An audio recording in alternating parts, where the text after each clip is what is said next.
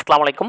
জাতীয় বিশ্ববিদ্যালয়ে 2025-2026 সেশনে প্রথম রিলিজ স্লিপে আবেদনের আপডেট আমরা জানব।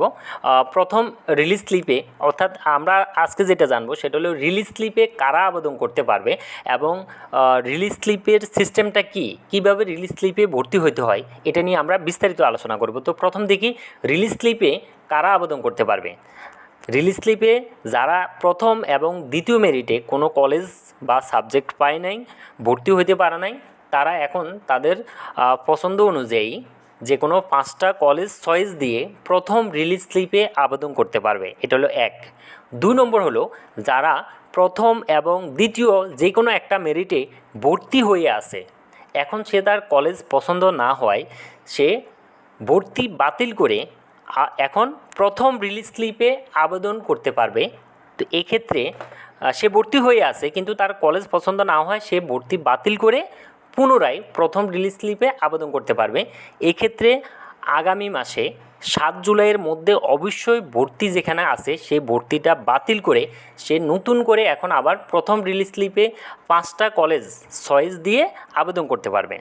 3 নম্বরে হলো যারা এখন পর্যন্ত প্রথম অথবা দ্বিতীয় মেরিটে কলেজ এবং সাবজেক্ট পেয়েছে, পাওয়ার পরও সে তার পছন্দ না হয় ভর্তি হয় নাই, এক্ষেত্রে এখন করণীয় যেটা সেটা হলো তার যেহেতু সে ভর্তি হয় নাই তাহলে সেক্ষেত্রে তার আর বাতিল করার দরকার নেই ভর্তি, শুধুমাত্র সরাসরি প্রথম রিলিজ স্লিপে যে কোনো 5টা পছন্দের 5টা কলেজ চয়েস দিয়ে সে প্রথম রিলিজ স্লিপে আবেদন করতে পারবে।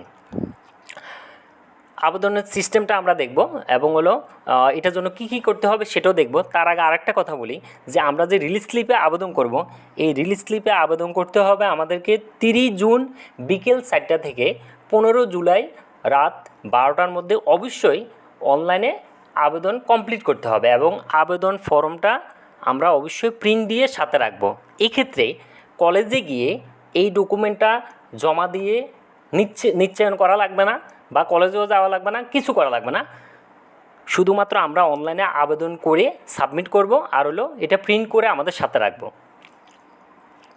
আরেকটা জিনিস আমরা যেটা জানবো সেটা হলো আমাদেরকে যেটা করতে হবে সেটা হলো প্রথম রিলিজ স্লিপে আবেদন করার জন্য আমরা জাতীয় বিশ্ববিদ্যালয়ের ওয়েবসাইটে গিয়ে এরপরে অ্যাপ্লিক্যান্ট লগ ইনে ক্লিক করব। তারপর আমাদের অ্যাপ্লিক্যান্ট আইডি এবং পিন দিয়ে এন্ট্রি দিব। এন্ট্রি দেওয়ার পর আমরা এখানে একটা আবেদন ফর্ম পাবো, রিলিজ স্লিপে আবেদনের ফর্মটা আমরা পাবো, সেটা আমরা পূরণ করে ডাউনলোড করব, প্রিন্ট দিব এবং একটা কপি সাথে রাখব।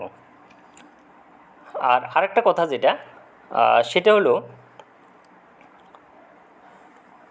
এক্ষেত্রে আমরা যখন প্রথম রিলিজ স্লিপে আবেদন করব, আবেদন করার সময় আমাদের যে জিনিসটা অবশ্যই মাথায় রাখতে হবে সেটা হলো আমি প্রথম একটা কলেজ চয়েস দিব। চয়েস দেওয়ার পর আমি দেখব যে ওই কলেজে ইলিজিবল আমার জন্য, আমার রেজাল্ট অনুযায়ী, আমার মেরিট অনুযায়ী ওই কলেজে আমার জন্য ইলিজিবল সাবজেক্ট কোনগুলা, মানে আমি কোন সাবজেক্টগুলোর জন্য যোগ্য সেটা আমাকে অবশ্যই চয়েস দিতে হবে। ধরে নিলাম ওই কলেজে আমার জন্য 5টা বা 3টা সাবজেক্ট আমার জন্য শো করতেছে ইলিজিবল, তাহলে আমি সেগুলো পছন্দ ক্রম দিব যে প্রথম দ্বিতীয় তৃতীয় অনুযায়ী আমি সাজাবো।